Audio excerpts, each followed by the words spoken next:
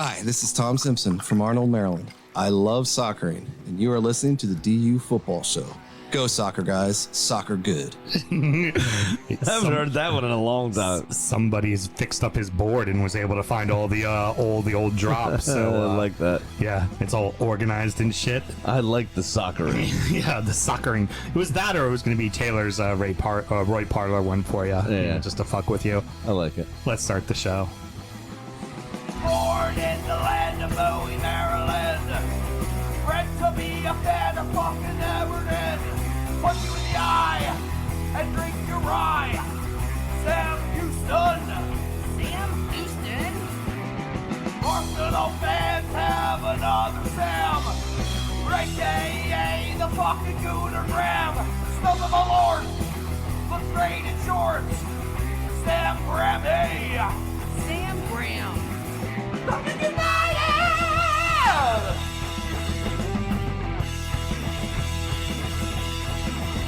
Fucking United!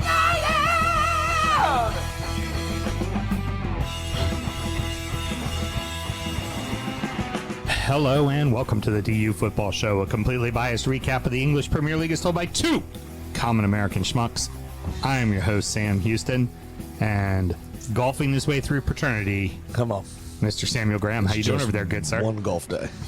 So it's Out of the better 4 weeks I had, it's one golf day. to create the narrative that you're just, not a good father. Exploiting and you my just- leave, yeah, and that's all and you're all that doing is stuff. playing That's golf. not the case though. It is one golf day out of the 4 weeks. I'm hanging a television tomorrow. I also have to go to the grocery store. I have to fold my laundry because I prioritized the children's laundry over my laundry yesterday. Oh, what a giver. Yeah, well, wouldn't be a bottom. Is all I'm saying. Heard. You know, it's funny. A couple of us at the office the other day, it's terribly inappropriate, actually. A couple of us at the office the other day were oogling over an Albanian woman that I came across who does the television for, I think it's Albanian TV, but it may just be some sort of Eastern European kind of Sky for the Champions League show. And, she fit. Good looking woman. Don't you know it? And randomly, we had just taken a pickle shot because that's how my office operates. Right, of course. We had just taken a pickle shot, and I was just looking at my phone, and I just went, man, if I looked like her, I'd be getting railed every goddamn day. To which one sales rep friend of mine replied, that's gay. And one of the managers replied, me too. Then we were left with another quandary. I said, how's it gay? Because I'm the woman in this situation, right? So it's not me. I don't want that right now. Right? And I got agreed with by old Dave. And, of course, on the ones and twos, producer Mel. How you doing over there? Don't call my Mel? HR, please. Nobody's calling his HR. We just call Russ when we have problems. Just how it goes. That's Good. Yep. I mean, Then I'll that's- scoot by again. Hi, producer Mel. How are you? Good. Selling tickets to another murder tour. So if you want to come Nice. hear about Annapolis murder, Wednesday, March 26th is the next dinner. You said murder wrong, Mrs. Houston. Murder. Much better. Thank you. We're recording at the DU Public House just outside the nation's capital. You can check us out wherever you get your podcasts.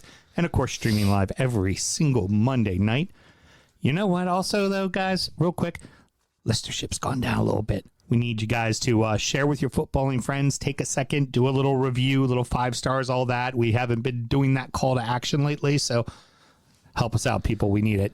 And should you want to chat with us, there are as many ways that you can. Mr. Graham, tell the good people how they can get in touch. Absolutely. It's at DU Football Show on all the social media and dufootballshow@gmail.com to get in touch via email. What should we tell them to comment so we know that they listened? Well, last time Should we be a did specific word because it doesn't matter Last what time they we say. did It's just that they said something. Last time we did D-back, I say this time pone. Hashtag pone. Hashtag pone. Your review should be 5 stars and hashtag pone. PONE. Yep, and then we'll we know you listened. We know you listened. That'll Very be good. I like that. Very good call. Yeah, because it doesn't matter what they do. It's just the fact that they're doing it is what boosts the profile of the search. So you can say anything. Right. You say hashtag sneakers. It doesn't matter. Oh, You know what I mean? there was a show I used to listen to called The Crab Feast, and they would say, give it 5 stars, and in the comments, do fuck the crab feast. Yeah. That would just be what the comment would be. So, yeah. Very good. So hashtag Pone. P-O-N-E. Let's see it. Sam and myself both work in the wine and spirit industry and both have a deep passion and love for all things distilled spirits. So as the red-blooded Americans we are, we vow to have a drink in our hand throughout this show and every single show. We are stepping back because we did number 7 last week because we were waiting for this bottle, number 8, to come in. Which, of course, came in the day after we fucking recorded, from essentially. across the sea because motherfucker. it is not available in America yet. Go ahead, Mr. Graham. Tell us about what we got. You know what I am worried about? What's that? I was thinking about it as I pulled up. Uh-huh. I was thinking about how this is probably the last week or two where whiskey without the E will be comforting because of the temperature. And then I'm looking through the rest of the list. Oh, yeah. And we've got 2 more 1, 2, and 3. Islas. Or Islas. Yeah. Yeah. And we're not getting to them until probably May. the last week of April, early May. Yeah, And it's exactly. just like, fuck. Yeah. Anyway, sorry, number 8 now. Again, stepping back to number 8, we've got the Glenmorangie 16-year-old, The Nectar.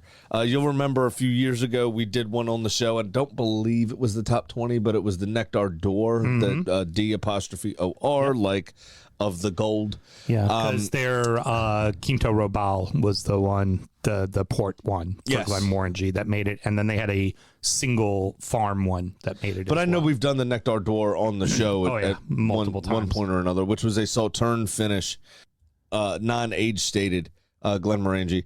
This one is an age stated. This is a 16-year-old, as I said. They rated it a 94, but what they did say on this one, the one biggest difference, it says bourbon and sweet white wine casks. So may not necessarily be a Sauternes finish. Yeah. Could just be some sort of sweet grape, like an aged Riesling, or for whatever reason, I don't know if anybody rests Moscato, but Yeah, let's see. It also could be too. They're just not able to get the Sauternes. the Chateau Yquem, Right. is what they used to use. Oh, yeah, They yeah. wouldn't put it, but Glenmorangie is owned by Diageo. Moet Hennessy actually, Well, okay, fair enough. and Chateau Yquem is owned by Moet Hennessy. Moet Hennessy. I gotcha. So it's very easy to deduct that, but also people aren't buying $1,000 375s of dessert wine much anymore. So there's probably a shortage on barrels. So they're probably using some Sauternes, but not Exclusively. not the Sauternes that they were Right, using. exactly. So anyway, should cost you around $90 once it gets to the States. I reckon you'll probably be looking more about 100. 92 proof, and the panel rated it a 94. Your blurb comes from Julia Higgins of the Whisky Advocate. The former Glenmorangie Nectar d'Or 12-year has been reimagined into The Nectar, which features 4 additional years of aging and a far more complex. I don't remember it saying 12-year on the label. It didn't. I'll get to that. Okay. Far more complex finishing process done with a combination of Sauternes, Monbazillac. Okay. Does that sound right? Muscatel and Tokaji casks. Tokai. Okay. The result is spectacular. The nose is awash in aromas of ripe apricot, juicy peach, lemon-coated apple, and Nilla wafer. Not vanilla wafer, Mel. Nilla wafer. And no apostrophe, which is weird. While the palate reveals more apricot than orange scones, honey, a crack of pepper spice. I wasn't asking Carly to get me a orange scone. Right. And buttered toast. Warm baking spice also joins the party, coating the mouth in cinnamon French toast and sliced almond, making for an elegant and balanced dram. It's fucking phenomenal. I mean, it's absolutely phenomenal. It is delicious. The extra years gave it a little more oomph. I think adding the multiple dessert wines, because that's everything that you mentioned. Sauternes comes from Bordeaux. But again, hard to come by. The Muscatel comes from the Loire, and then Tokai is Turkish. Okay. I mean, no, not Turkish, Austrian-Hungary, that do dessert wines. And they're all the same thing. They're that kind of, botrytis, sweeter, moldy white grape. Right. So those that don't know, there is a good kind of mold. They call it in the wine business. They call it noble rot. It is called botrytis. Yep. Is its Latin terminology. It is a typically affects Sauvignon Blanc grapes in Bordeaux is what you tend to think of. It can also affect Semillon. But basically what it is the intense wet fog that rolls in off the river in Bordeaux onto those Sauvignon Blanc fields keeps the grapes so moist that in the day they end up getting fungus instead of drying off and ripening because the air is so fucking moist. Yep.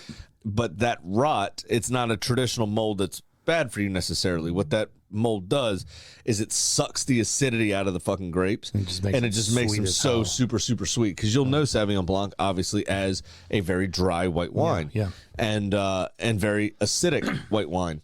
Well, when you suck that acidity out, it no longer is dry and becomes this uber sweet stuff. They then take that juice from those pressed grapes and they barrel age it, which is also why if you buy a bottle of Sauternes, it is in a very golden amber color, almost reminiscent of a younger whiskey. Higher in terms alcohol of too, color. and Also higher 375 alcohol bottles. Exactly.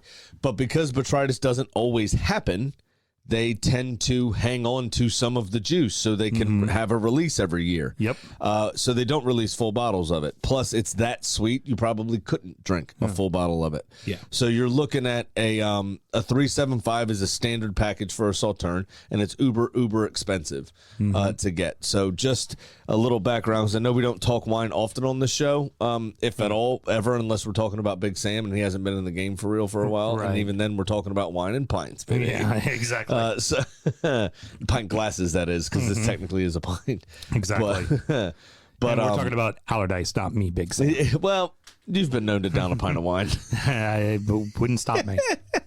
Was that night before we went to DC United Everton? Yep. Yeah, exactly. we killed 4 750s. Yes, we did. That would be 8 pints. Yeah. Anyway, we so just a little background on that, and that's why that happens, and then those barrels, just like a beer finished whiskey or a port finished whiskey or whatever, those barrels are emptied, obviously, and that product is bottled and sold. And then those barrels are bought by or given to somebody that already owns them, a Scotch house or a bourbon house or whoever, and then they, take whiskey that was aged in that first cask and then finish it in those casks. And it imparts that sweetness and some of those flavors. And you do get a ton of stone fruit. So the peach and apricot is absolutely fucking there. Yeah. I think the extra proof on this being 92 really helps mellow the sweetness a little bit. It helps balance that sweetness a little bit. And then I absolutely get that kind of cinnamon toast crunch almost on the back end. And I do more cinnamon toast crunch than French toast because of the graininess of the barley. I feel like you're getting that kind of cracker almost in there rather than a soggy bread that was soaked in eggs. So a few things. For me also, this has a little bit of that kind of honey to it. And also being a Highland, this isn't a Speyside. A lot of people mistake this as being a Speyside whiskey. It's not. It's a Highland. It's got a little more umph to it, a little more smoke to it. So that kind of really plays well with the sweetness of it as well. Glenmorangie was kind of the pioneers of not putting a number on their bottles back in the day. And now the whole industry has kind of turned that way. And then somehow they decide to turn the other way and go, now we're putting the numbers on there. So little confused by that as a whole. I can get why it's now just called the Nectar and why it's multiple barrels, because there's only, so much Sauternes to go around. And the cat's out of the bag on Sauternes. A lot of American whiskeys are using Sauternes a lot, Oh, really? So, well, I mean, you think like, Hill Rock, Whistle Pig, guys like that have been using Sauternes. It's a great fucking barrel. And what probably happened is they probably sold a few too many barrels and they don't have enough to be able to, go around with. Right. But I love it. What do you think, Mr. Graham? It's delicious. I think it's a great little whiskey. I would love to go outside right now. It's like the perfect temperature for a fire. Oh, yeah. And just sit and drink the rest of this, but we sadly can't do that. Yeah, no, we can't. And we have to save that for our Patreons. That's why we can't do it. And should somebody want to become a Patreon, Mr. Graham, how do they go about doing Very that? easy, man. It's so simple. Just put the whiskey down for a second. It's www.patreon.com/DFootball Show. Sign up to that $1 tier. You get all of the extra contents. Injury Time was our preview show. You get sound check, our actual sound check. Sometimes you hear it, sometimes you don't, but you always get stories from our lives and shit that's fun. You hear how my kids have been tormenting me over the past week and how work has fucked me big time. Sometimes and you get you to listen to Sam clipping his toenails and stuff, you know? Sometimes you get 2 sound checks with us talking with a Scotsman. Yeah, there you go. You get that too. You weren't here for. No, I wasn't here for that That's because not that's a your different show. I own it, Exactly. but yeah. All right. I own a third of it, but Yeah, it's you do a own different third of show. it. Yeah, very good. All right. Well, I mean, Show enough. Hold on here. You own a third of it. Carry 1 divided by 0. Oh, I didn't say I got a return on it, but I own a third of it. All righty. Let's have a great show, everybody. Cheers. Cheers. Owning and a successful investment are two different things. One would just say that about me in general. I know Mel would. Manchester was front and center as one had a chance to step into Champions League spot and the other had a chance to ruin a rival's hope of a title. Forest 1, Manchester City 0, Manchester United 1, Arsenal 1. People might not remember this because they think of the Nuno that was at Spurs for a very short period of time. While Nuno was at Wolverhampton, he got City a couple of times, and this game was an absolute blueprint of the Nuno masterclass on how to stop City. Well, this is what Forest have been very good at all season, that the last 4 or 5 games they've gotten away from. Right. They reverted back to type, got back to basics, and did exactly what they were meant to do. They nobody low blocks like they do in the league. They are the best at that low block. And I wouldn't say they didn't go for it. Oh, they had chances. They were just, I think they had the better of the chances. Sells had to make, 3 decent saves, one of those 3 being very, very good. Everything else was routine and just dealt with by the Forest defense. City couldn't figure out how to break it out, where over the last 5 years, they have been the best team in the world at breaking down a low block. Right, precisely. But they just couldn't, they still just, what happened to them, I don't know. Just can't seem to fucking work it out all of a sudden. Yeah. Conversely, that played right into Forest's hands. And they got back to what they've been doing all season. And that was soaking the pressure up and picking and choosing their moments and going on these raids. Now, when they go on a raid, they may have a solid 3 minutes down the field, then get pushed back. And, all right, 12 minutes, 15 minutes, we're fucking dug in. We're stuck in here defensively. Right. Never once really looked out of sorts at all either. Arsenal did kind of the same thing. It seemed like, City wasn't spraying passes out trying to move the defense around. It's kind of hard to talk about one without the other because they were so slow in their build-up play. And it was 1 or 2 players, again, same thing in the Arsenal match, 1 or 2 fucking players that whenever they got the ball, took 4, 5, 6 touches, allowed the defense to reset, allowed, everything to kind of calm down. And all the space disappeared. It felt like multiple times City were doing that bit that you see in basketball where the point guard stands at midcourt, letting the shot clock run down to get the final shot of the half. It seemed like they were just kind of sitting like about 30 yards out, just kind of waiting, but never actually making a drive to goal. And as you mentioned, only 3 shots on goal, and really only one of them troubled Sells, and he was there to make the save. The opportunities were certainly more Forest than they were City's. Hudson-Odoi hit the post. You had Ederson made 2, I think, actually really, really good saves, necessary interventions, and then ended up getting done in his near post. No, that's where I late on in the game. Where I wanted to go with that is you would mention Hudson-Odoi. You want to talk about somebody who got asked to be pulled out of his normal position, where he's normally a little bit more used to being out wide. They dropped back an extra midfielder. He kind of sat just behind Chris Wood defensively.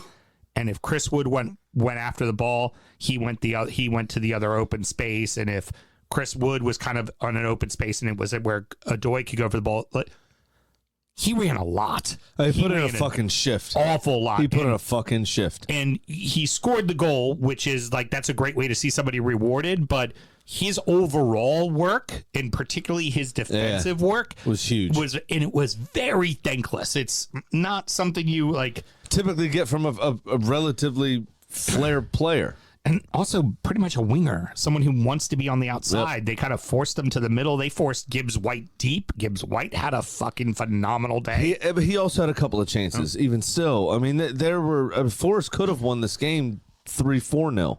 Murillo had a epic performance in the back, just kind of shutting down Holland. A couple of great passes as well that really took the City defense, most of the City defense, out of a lot of play. I mean, Holland was pretty much a non-factor. Oh yeah, for the most part. Now the goal, that's really besides when Chris Wood spazzed out and almost gifted Holland a goal. Yeah, no shit. The one thing is it's the goal, and Forrest deserved to win this game. Ederson absolutely should have saved that. That is near post. You have to come away with that. He was cheating way too far to the far post. He just had something in his mind, I guess, that he's definitely going this way. He's definitely going this way. And he just reacted late. Yeah. He caught it clean enough and he was close enough that Ederson just couldn't get a hand to it. He ended up diving the right way and took a swing at it, but ultimately was nowhere near it. And the announcers were looking at it going, "Oh, did it take a touch? Maybe did it?" No. At the end of the day, after the third replay, they were like, "No, he just didn't do his job." It took a touch off of Ederson. Yeah, you should have fucking saved it. It hit your arm/hand area, right around the wrist area, and it was on your near post. How the fuck do you not put that wide? How do you not put that wide? Somebody was talking about the other day. I can't remember what channel it was on. One of the pundits was talking about Alisson's performance in the Champions League against PSG, and it's not only was he making the save, because it's one thing to make the save, right? It's getting there, a great reaction, blah blah blah. But how many times do we see a save and the follow up gets put in? Precisely. We saw in the Arsenal game, we saw a couple of double saves from David Raya. We saw a couple of double saves. Was it Olsen at Villa had a double save at one stage, I think. There was a few. Vicario had a couple of saves in the Spurs Bournemouth game that were excellent. What Alisson always tends to do, I actually think it was the CBS guys talking to him, Micah Richards or Jamie Carragher. What not only does he make the save, but he pushes the ball out of the danger zone. Right. It's away from the middle of the goal no matter what he does. Right. He doesn't give up that second chance rebound, which is huge. That is it's almost like making a double save anyway. Right. Having that kind of clarity, and the defense knows this ball's not dropping at the edge of the six. This ball's going to be over towards the corner. It's going to be, up towards the penalty spot, beyond this first wave of attackers that are here, and they can react accordingly. Right. It's such a confidence boost. Right. And to turn around and see Ederson, who, with Alisson over the last 5 years or so, and you've had a person here or there that has come in and done something, like David Raya last season, for instance, or, Nick Pope, when Newcastle started being good again, that has this kind of breakout year or whatever. But those two over the last 5 years have been the best goalkeepers in the league. Just reaction saves, distribution with their feet, just fucking all around goalkeeping. They're the two best goalkeepers in the league, hands fucking down. I would make an argument for Pickford. I'm not. Yeah. I'm not trying to disrespect Pickford. Right. But the fortunes of the teams are very different, obviously, and that, of course, plays into it. But it's also not necessarily Pickford's fault. When he gives up goals, the dam will break under pressure eventually. As cliche as that is. Keep it rolling. But to see Ederson this season play as poorly as he has, and this is the kind of peak of that, given this goal up here near post in that manner, it's just like, what are you doing? Just what happened to you? Right. It's just it's such a microcosm of City's entire season to have this fall from grace as he's had this year. And it's ugly. I just didn't care for it. I have one more thing I want to say about Forest, and then I want to move on to United and Arsenal. For Forest, if you're going to make the Champions League, this is one of those games you have to win. It's in your building, and they fucking did it. Yep. They fucking did and it. I think this spurs them on the rest of the season. I honestly completely do. agree. I think they take a ton of confidence from this, and that last little 4, 5, 6 game slump they were on, this last little run. I think they put that in the rearview mirror, and they keep grinding out results like this. I think Forest is going to finish closer to Arsenal than they are to 5th. Yep. I really do Fair think that dues. is the case. All Gunners. It was all Gunners in the first half. First half, yes. All Gunners. And still couldn't get any goals. After putting up fucking 7 in the middle of the week. Still think, that was a fucking false dawn, wasn't it? You were playing a Dutch team. Prone to giving up goals. Yeah. And our defense is very good. Yeah. This game frustrated me so much.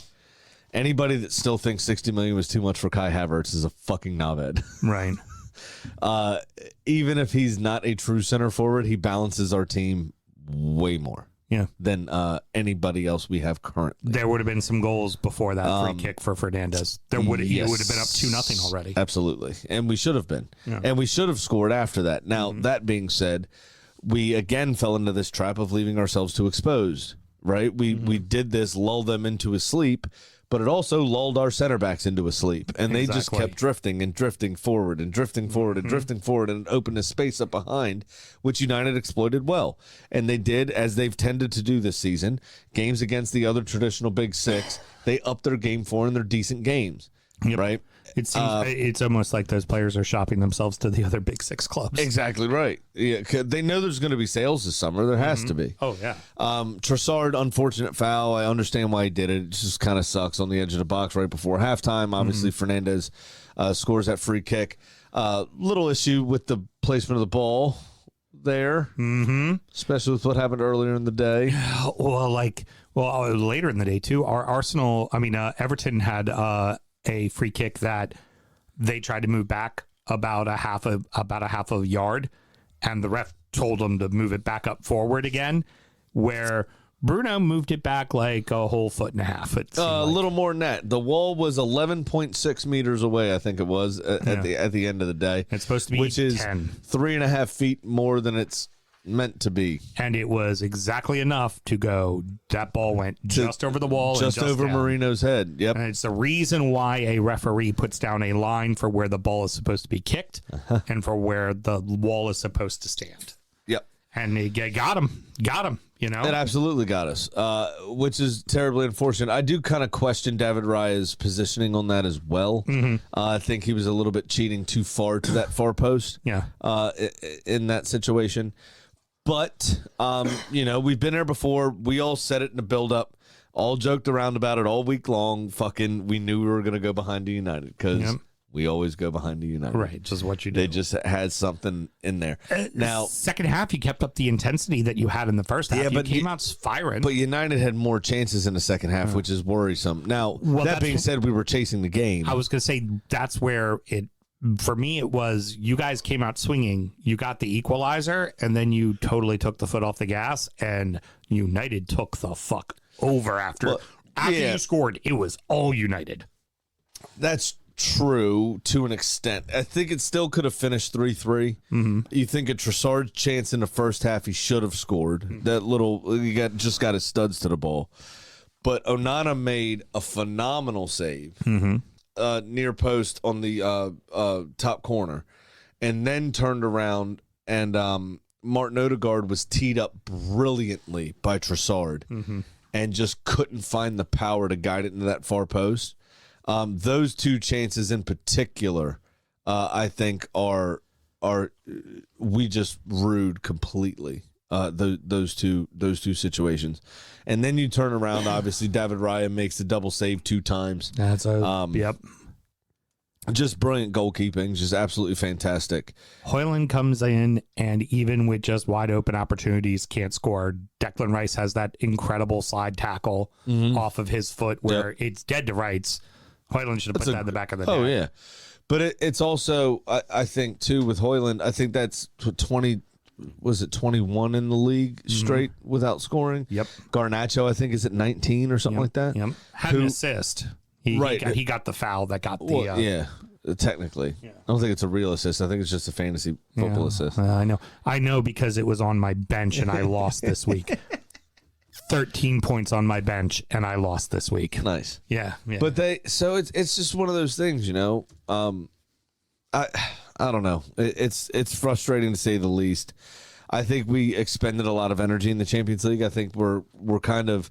We know we're better than City. We know we'll get over the line in terms of automatic qualification for Champions League. We're better than Forest. We know that. You're pot committed to try to win the Champions League. Saka is going to be coming back soon. But as we said last week on the show, it's I think the league is pretty much done. Again, even though it's mathematically possible, in reality, the eye test is showing that it's not. Right. You know what I mean? Right. So I think it's one of those... We have an open PSV team, that showed us a bit of the door, and we ended up kicking the door down. Right. And I think we're gonna, even though we have to go through Real Madrid next round potentially, or Atletico. Honestly, of the two, you'd probably rather Real because Atletico at least they'll be open. Really shut it down. At least they'll be open. Right. We get Saka back from injury. We've got a couple things on the horizon here that may be helping out. Not to say that it's a weird basket to put all your eggs in, but I think we're going to be a bit more focused, if that makes sense, on the Champions League rather than the league. Because I think Liverpool's a step too far now, and I think we're so much better than the teams behind us at the moment that there's no realistic way we're not finishing in second. I do have to say, that's an awful lot of words for a description that just is written as ugh.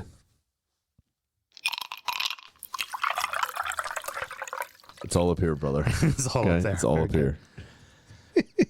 We turn our attention back to the chase for Europe with a late winner, another just holding on, and a final giving away 3 points while being in complete control.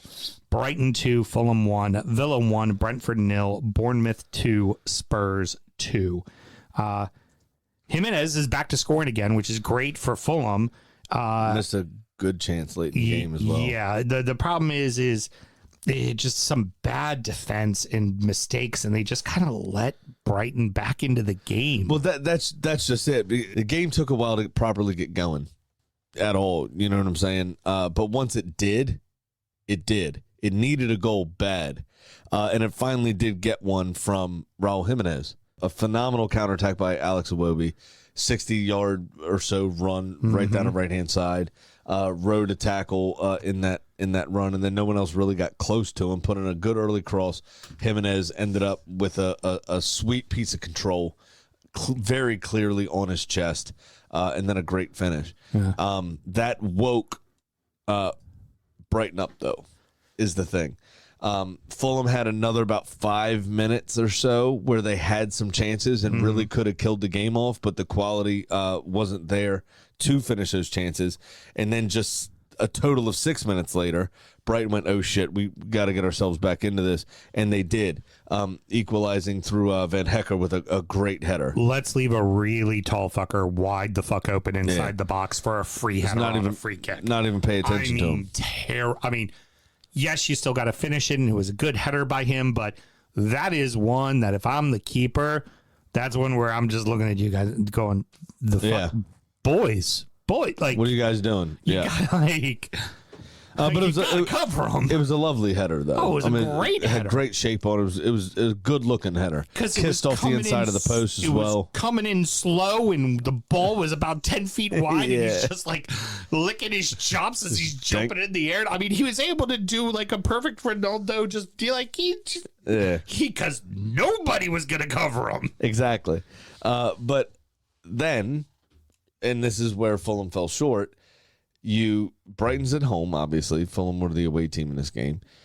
equalizing just before halftime, that momentum pendulum that swings swung so far in Brighton's favor that Fulham failed to register a shot on target for the rest of the game. Yep, and Brighton had a lot of chances. And ultimately, they weathered that storm, though. Right. And it became a very unlucky for Harrison Reed. That's what I wanted to get to. But obviously, it was a penalty in stoppage time in which Brighton, João Pedro won and buried the penalty to win the game. We've seen players get red cards for this. We've seen penalties called for this all the time. I hate this foul. It sucks. Because the person is foul, but it looking sucks. down at the ball, kicking the ball, and the other player just kind of runs in and throws their leg there just to get kicked. And it's like, I hate that rule. And this even more so. That rule. Even more so, he stole between two players. So like he sandwiched himself. Yeah. With no chance of really getting the ball. Yeah. And just ended up getting kicked in the back of the leg. You see this at least 4 or 5 times a year, and it sucks. Every it's so fucking single annoying. time. I hate it. Well, as a defender, I get very annoyed by this. It's like, what am I meant to do? Because you're not trying to maliciously foul them. You're not trying to trip them. If anything, they're trying to trip themselves. Like, that's what they're trying to do, and it drives me nuts. But I would also say Brighton probably the deserving side, to be quite honest. They probably, at the end of the day, well, because of the lack of impetus from Fulham in the second half. Absolutely, they did. 100%. Agree. I feel like they absolutely deserved it more. Moving on, Villa tried to give it up early a few times. Like, they were sloppy as hell in the back. There's a few scary moments in the opening 10 minutes. Mel, did you watch the game? How'd it make you feel that opening 10 minutes? You're a little nervous? Watching McGinn decide, inside the 6 is a good place to dribble the ball, right in the center of the goal. Yeah, you know what? You know how Maradona scored his goal? He dribbled through 10 guys. Time for me to start right here. Yeah. Bro, I almost had a heart attack. Watch. I was like, why are you doing that? What are you doing? It's like, what is wrong with y'all? It was very, very fucking funny. But it did seem like Villa got themselves into it, though. Well, yeah, finally. Brentford couldn't take advantage, obviously, and that's the thing, and that, like, when Villa has that aha moment where they go, hey, stop fucking around, they grow into the game properly and had created some decent chances and started pinning Brentford back a bit, Yeah. I got to say, Mel, the Loney Diassi has been very, very good in the back. Is that Disassi from Chelsea? Yes. The ass man? Yeah. No, that's Ascension. Diassi. No, ass man was David Diassi. No, was the defender Douglas that Luiz. Starts with a D. Yes, Douglas Luiz. Degrassi? He's the ass man. Degrassi, exactly. Degrassi. Show title right there. Drake. Degrassi. Yeah. Degrassi. He defends in A minor. He allegedly had a very, very good, very aggressive game and got away with a lot. Because I've seen a lot of a lot of those fouls he's done. I've seen called penalties and been soft penalties.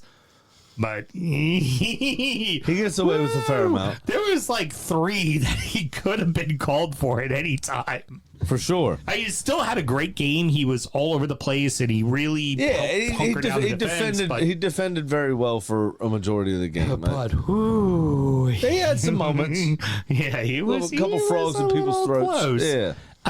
Nice for Watkins to score again, but then Watkins keeps doing what he's been doing all season. And he'll score 1, and I just thought of an injury time joke. And then you just start wondering what the fuck he's doing out there when he's missing like easy opportunities. It's just like, fuck, dude, come on, man. Where's like he should easily be on like 24, 25 goals right now. Yeah, he really should be. Yeah. So sharing time, obviously, with what's his name earlier in the season, Duran, who's now gone, right? But he just hasn't seemed to be able to get going. And part of it seems deliberate, either Unai Emery's instructions or Ollie Watkins taking it on himself. He himself, I haven't seen him be as adventurous as I've seen him over the last few seasons. And I think that's we're making it through the Champions League. Mm-hmm. We come to this stage, right? And we see this in weeks where there's a Champions League game. Villa are underwhelming at the weekend, right? Versus when they have a midweek off, they come out and play like the Villa we've seen in the last 2 years.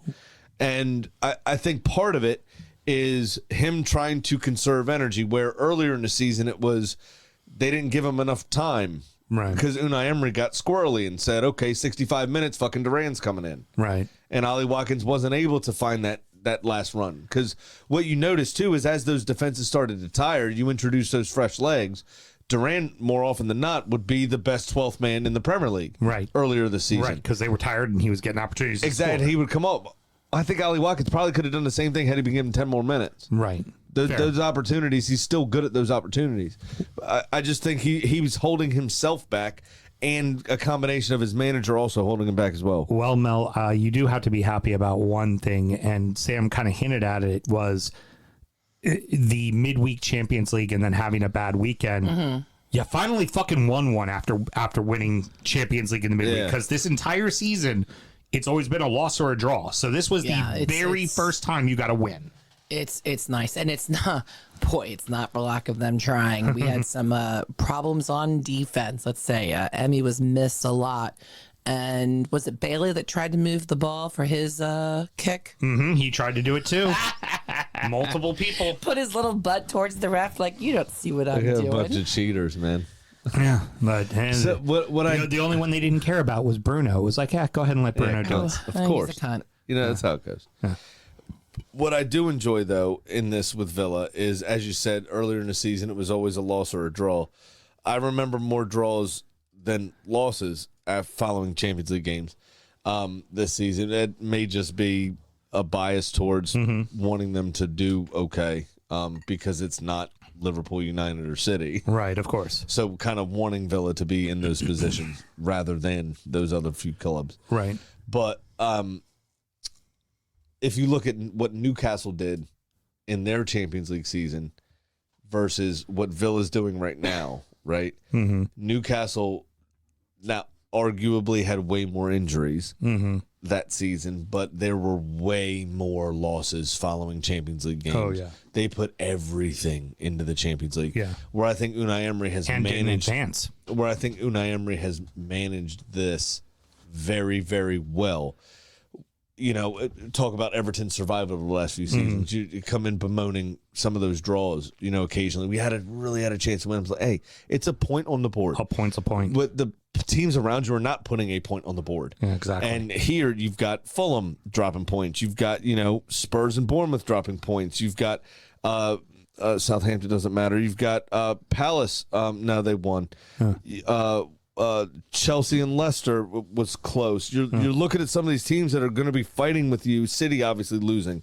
You're looking at some of these teams fighting with you in this area of the table, and those points that they picked up are going to matter. Those draws they picked up early in the season are going to matter. And I think Unai Emery has done a brilliant job of managing that workload and picking up points where they can, right? And then also progressing in the other competitions. I feel like the other thing there too is with both Fulham and Brentford losing, I think they're going to start to slowly slide out of the European discussion. They feel like the 9th and 10th place teams to me, where Newcastle and Villa kind of have the pedigree to be there already. We already know that Chelsea's sticking around and City's sticking around. And then Brighton is the one in the best form, right? So I kind of feel like Fulham and Brentford are going to start to slide back out of the contention. They're going to be perfectly safe and good, right. And and Palace as well have been on a bit of a charge. Yeah, I don't think they'll be able to get the job over the line, right? But it's also 9th place might be in Europe next year. Well, really, again, depending. So. You have to imagine either Spurs or United have a very good chance of winning the Europa League, right? You have to imagine Chelsea or shoo-ins for the Conference League, and that opens up their league positions to European competition because they will automatically qualify as the tournament's winner for the Champions League and then Europa League, respectfully. Exactly. Depending so suddenly on you what have they 5 win. teams going to Champions League. Say Champions League does get down to the 5th spot again because somebody wins the FA Cup or whatever, or no, whatever, you know what I'm talking about. You end up with Chelsea's spot in the Europa League also being an English team, so it could get realistically down to 9th. Yeah, absolutely. As you say. Yeah. So it's going to be an interesting end of the season in terms of European discussion because a lot of those teams are gummed up right in that sort of area, and a lot of them are on decent form. But, like, again, I said it about Fulham last week. They can't seem to get up for the games that they're supposed to be winning or supposed to be at least drawing and giving a good account of themselves. They're just not even doing that. Right. So it's, we saw that first half where they had that 9-minute spell where they were fucking phenomenal. Outside of that, they didn't really do much in the game. And finally, let's do the cherries here. They have 20% less possession than Tottenham, yet double them with shots on goal, with 8 shots on goal for the cherries and 4 shots on goal for Tottenham. Yeah, the part that I would still can't work out from Ange is he said, number one, in the same week as conceding 2 set pieces against Arsenal, says that they have no plans to practice set-piece defending. He still cannot break his tactic of just throwing everything forward and caution to the wind. Yeah. Because Kirkej, much like Iwobi, except for he didn't have to ride that one tackle, Kirkej ran 70 yards instead of 60 and did it without a Tottenham player being more than 10 yards within his person. From the moment he intercepted it, somebody was about 8 yards away. Yeah. After that, nobody was within 10 yards of him until he crossed the ball. Yep. It was absolutely pitiful defending. And that's what happens when Pedro Porro is 5 yards in front of Sarr and Madison. Yeah, absolutely. Why is your right back so advanced while you're holding possession 30 yards from goal? It doesn't make sense. No. And it was a very easy interception that Kirk has had on the edge of the 18, and he just went on a full fucking sprint, and no one cared to chase him. And they had a bunch of those in the second half, too. They had the one that got called back for offsides on Kluivert. On Semenyo. Yeah. He was coming back from the offside position on the left-hand side. It was a brilliant fucking football, though. Kluivert scored, and it got called back. Brilliant fucking football, though, to get down the field. But, yeah, you're right. He was offside. And they go up 2-0, and they promptly give it away. By the way, that was not a shot by Sarr. That was absolutely a fucking cross that went into the back of the net. It was hands down a cross. It's not even that. We're talking about Bournemouth being 2-0 up, despite Christian Romero trying to gift them a 2-0 lead in the first 4 minutes. Right. Like, this game should have been 4 or 5-0. The Cherries should have wiped the fucking floor with Spurs. Big time. They really should have. Listen, I understand some rust. I'm not a professional athlete, right? I played at a decent level, and I played for a long time. And I've been out injured, and I've come back. I've not been that rusty. Yeah. That was bad. Yeah, it was very bad. Those opening 4 minutes, Christian Romero was back in his academy days. That was pitiful. And here's the worst one. They have them dead to rights. They have opportunities to beat them.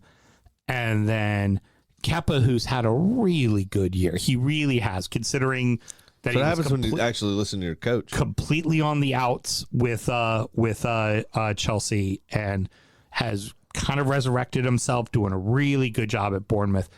That was so fucking boneheaded. You don't need, we talked about this before because this happened a few weeks ago with another keeper. If you're not going to get your hands on it, don't fucking come out and go for it. Don't. Because if you get your hands on it and you make contact with the striker, you're going to get away with it. They're not going to call a penalty because they're going to say you got your hands on it. But if you're not going to get your hands to it, don't fucking do it.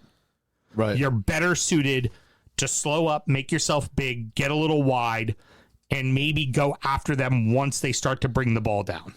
But this kind of 50-50 ball, just don't do it. And it was, again, this is a game the Cherries should have won. You're absolutely right. And it's just massive mistakes like that led to Vicario stood on his head, though. I mean, he had a couple of fucking brilliant saves no less, 2 or 3 of them in the first 4 or 5 minutes of the game. He continued that fine form later on because the Cherries did find the impetus again. After a while and pushed. And he had a couple of more very good saves. Saves, dare I say, that I believe Ederson should have been making in the Forest game. For instance. And it just seems like they're a totally different team, Spurs, when these defenders are fit and when Vicario's fit. But it's Ange's tactics that are holding them back, and that's a problem.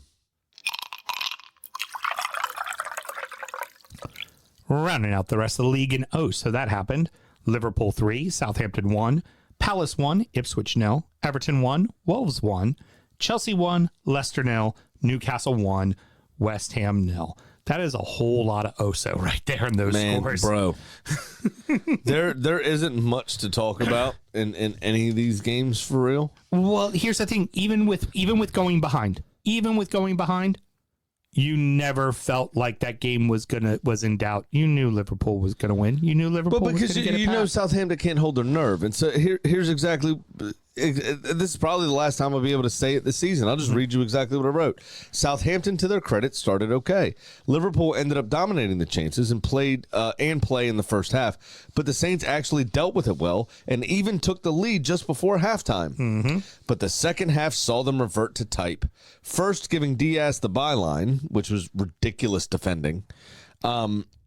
And then a pullback for Nunez, who all of a sudden is Captain Composure rather than Captain Chaos. Right. What a fucking finish that was. By the way, he could have been sent off. I think he got the yellow for it. I think it could have been a red. All right. Because it was, he really kind of just, the spikes weren't up, and that's why he ultimately just got the yellow. But this is why you do things like run into the stands and punch fans. Swung his leg right through him. Yeah. But this is why you run into the stands and fight fans once in your career. Because then everybody goes, the referee goes, oh, he might fucking take me out. he might choke me. This guy's nuts. That's exactly why you do that, 100%. Just 3 minutes after that, Southampton give up a penalty. Yep. And I agree that it was a penalty as well. It absolutely was a penalty. Yep. Salah dispatched that well. Ramsdale had no real chance at that. Obviously diving in the wrong direction. And then a blatant handball for a second penalty just before the 90 minutes. It's just a complete implosion and a revert to we're a lower league team from Southampton. Yeah. They took the lead at fucking Anfield. And then after halftime, 6 minutes it took let's do the total. 9 minutes it took them to be 2-1 down into the second half. 9 fucking minutes for them to piss away all of the good hard work that they did in the first half. Yeah. Now, and what are you going to do? And it's just absurd. I'm already annoyed that they gave up a goal that close to halftime because you just fuck your manager.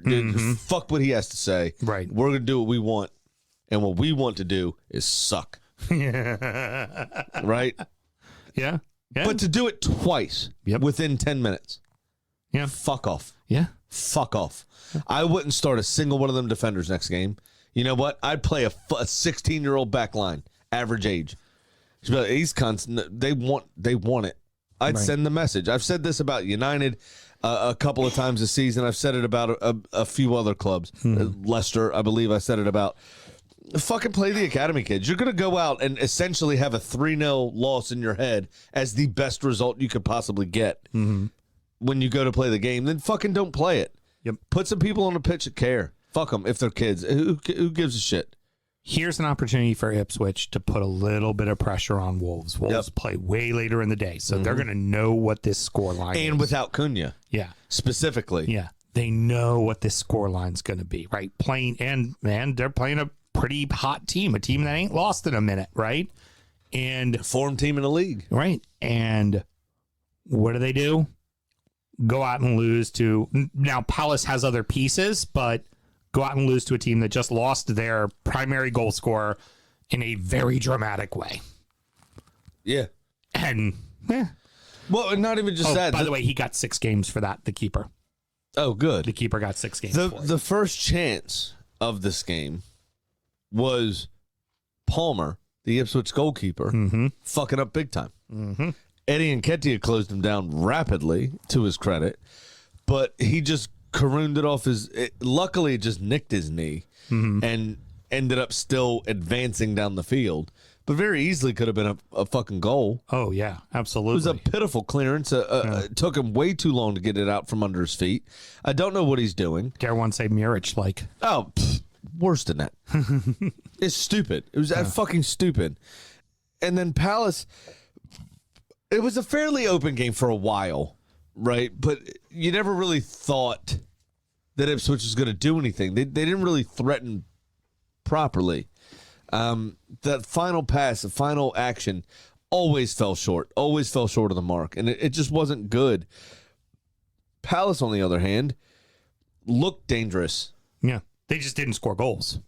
They just couldn't finish anything. Right. But they looked dangerous. They gave Ipswich something to think about at every opportunity. And finally, Ismail Assar gets the goal of the weekend for me. Really. Gorgeous goal. It was a fucking phenomenal finish. And this was after, and he did very well. This is why, like, Landon Donovan in that commercial say you got to have a memory like a goldfish. Right. You got to just put your fuck-ups out of your mind and stay confident and stay, I got this, right? Because the chance he had earlier in the game, Ismail Assar, was so much easier than the one that he actually put away. And that one he screwed well wide to the point where he could have been like, hey, boss, sub me. I don't have it today. Right. Yeah. You know what I mean?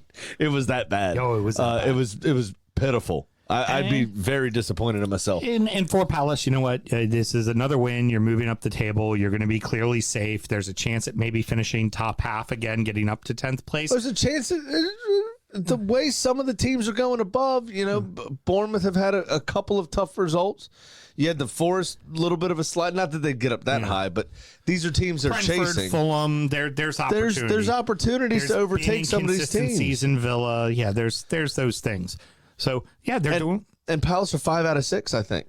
Yep, exactly. As well. They're the second form team in the league behind Everton. So on the Whole Lot of Wolves podcast, I called it. I called exactly what the starting lineup was going to be.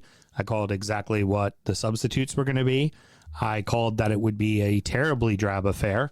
And I called that it was going to be 1-0 or 1-1. It was finished 1-1.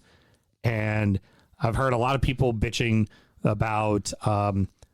them showing Cunha like it was Taylor Swift in the stands. Here's a thought. Give them something else to fucking talk about! I don't know. Do something. Like, it was a drab game, and Wolves needed a point. Wolves got a point. If they had Cunha, they probably would have beat us. It was not a good game. No, and Wolves, without Cunha, is a very different to Wolves with Cunha. Oh, because it all goes through Cunha. But 100% for the first, of their offense goes the through first, 18, 20 minutes was all Everton. Oh, yeah.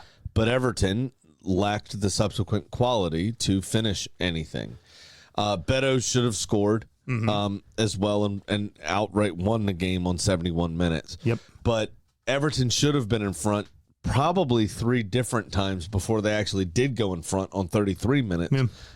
When they finally did score their goal through Jack Harrison, who I can't remember, and maybe this is just me neglecting Leeds' time in the Premier League because y'all like him. I don't really care for Gecko that much, to be honest. Just kidding.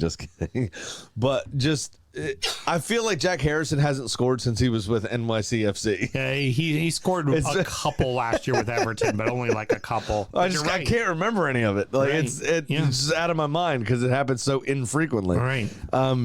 So he's took a deflection as well. I mean, it needed help. Yeah. But he obviously got Everton going. I just think Beto could have scored earlier than that. There was Decore should have scored at one point as well.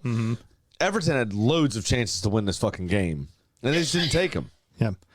And that Beto, I missed out. I had a $5 bet to pay me 85 in change, and the only thing that missed was Beto to score or assist. That was it, huh? Yeah, that was the only thing that missed. And that Alcaraz counterattack where he played Beto in on the left. And, I mean, without writing a greeting card prior to the game to leave in the goalkeeper's locker, in Jose Sa's locker, that said, hey, if I run 3 yards wide of the goal and then shape my left shoulder directly at your chest, I'm probably going to go far post. Right. Without exactly telling him that, I don't think you could have telegraphed it any more than he did. Right. No, he did. He knew, Sa knew, and it was easy for him to get to. It was very easy to get to. Yeah. He did not strike it well, but his entire body shape in the buildup was, that's what he's doing. Yeah. And he left nothing to be desired in terms of mystery. Just the constant shout out every week for Idrissa Ganagay, who is 35 years old. It's Ramadan, and he somehow yet again is fucking everywhere. Yeah. At his age as well. Everywhere. Dude's got a lot of miles on the clock. Is he 33, 34 or something? 35. He's 35 years old. And he also has a lot of miles on the clock anyway. Mm-hmm. A lot of hard yards as well. A lot of crunching tackles. A lot of, he's a played that holding position. Midfielder. He's put in some minutes. For him to be honoring Ramadan and doing the fasting and all that stuff, to be able to play is just amazing in and of itself.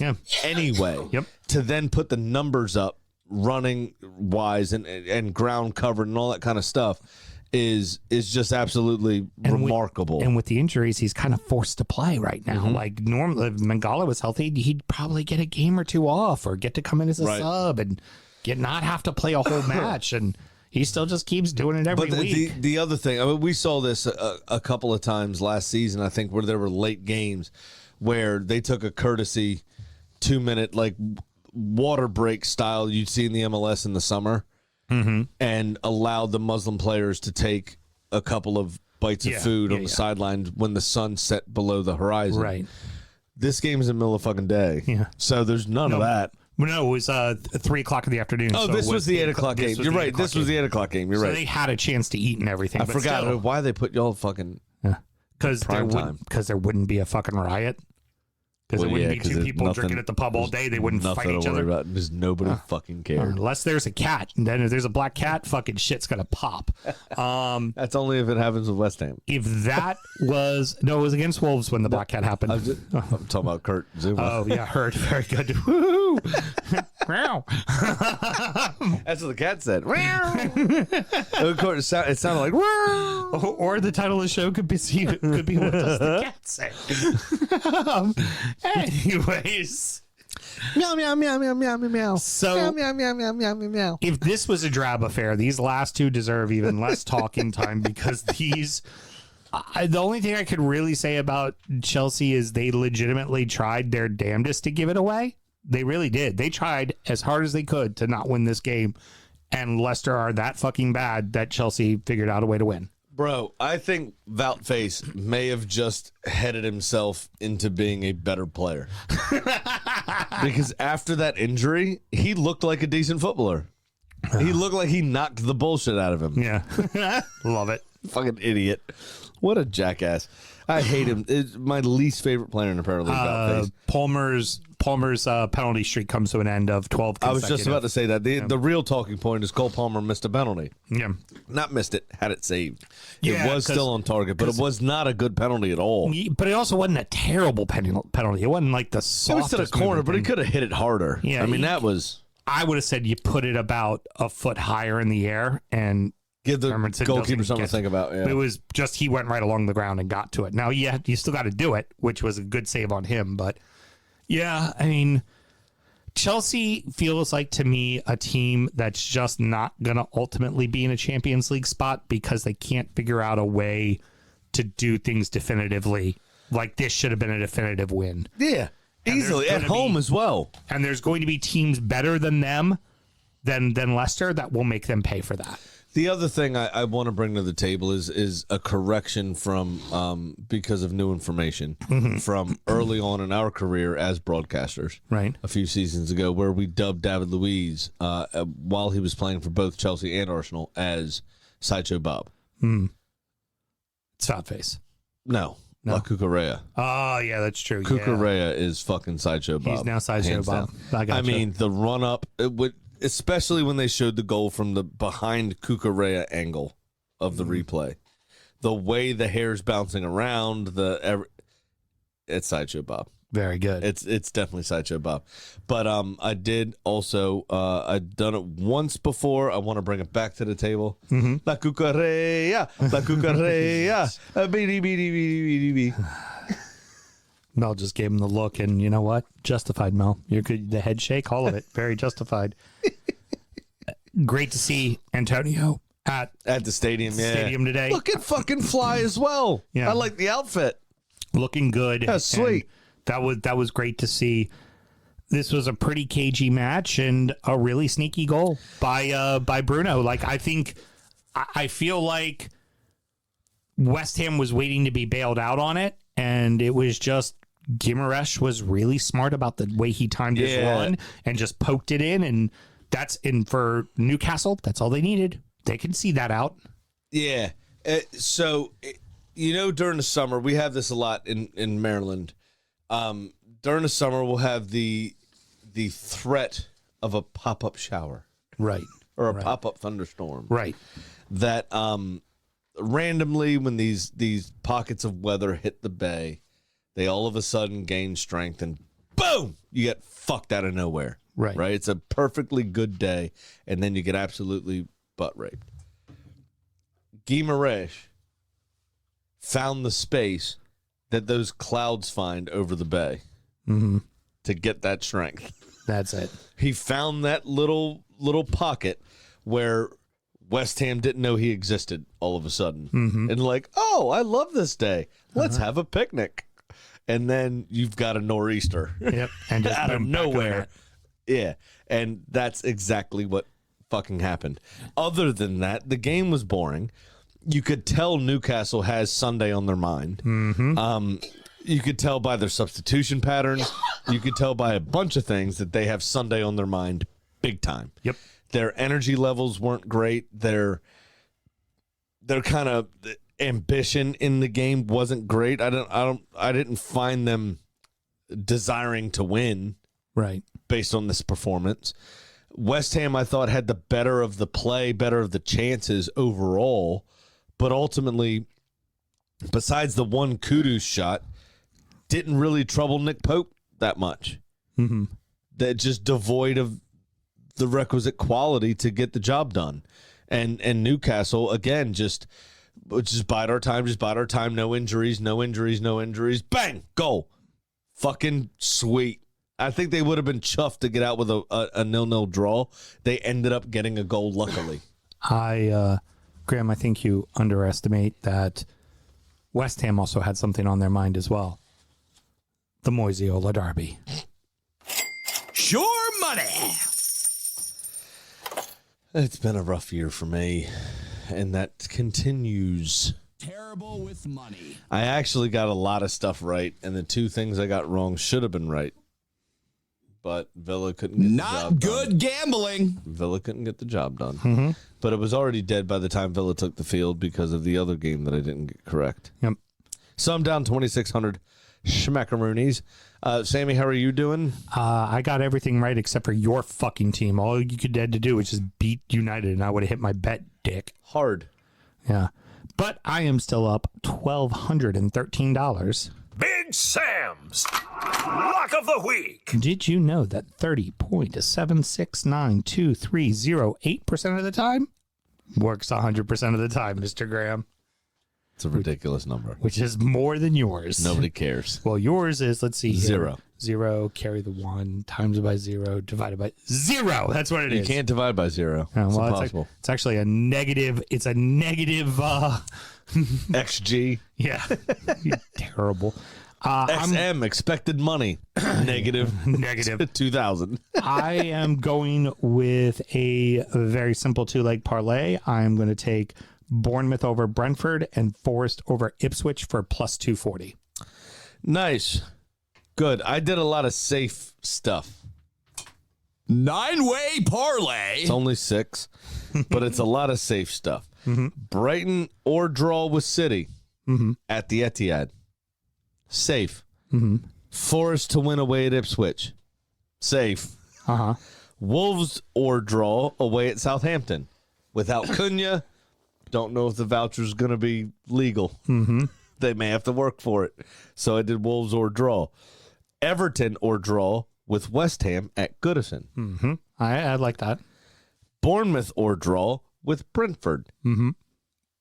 Because Bournemouth has been hit or miss lately. And then under 3.5 at Arsenal-Chelsea because neither team can seem to buy a goal properly in the league. So I think that is something that could come in. That got me plus 1,087 smackaroonies to about 40% my debt down. So what's safe? Like just the pinky? Is that what safe is? You said you were making it safe. Yeah. Yeah. That's going to wrap it up, boys and girls. Mr. Graham, any parting words? There are some parting words, very briefly, because it is obviously the Monday, 1 week until St. Patrick's Day. And the next time that you see me on these airwaves, I will not have the chance to tell you before the day is already complete. So I may as well tell you now. It is Paddy, P-A-D-D-Y, not Patty, P-A-T-T-Y. Remember to say Happy St. Paddy's Day. Not St. Patty's Day, because St. Patty is a woman. Patty is short for Patricia or Patrice. Paddy is short for Porg, as it's pronounced in Gaelic, but it's Padraig if you want to say it in English. And Padraig is Gaelic for Patrick, and that's why it's Paddy, not Patty. So don't fuck it up. Very good. I told Stephen Walsh that was coming. You knew it. It's your annual PSA. You do it every year.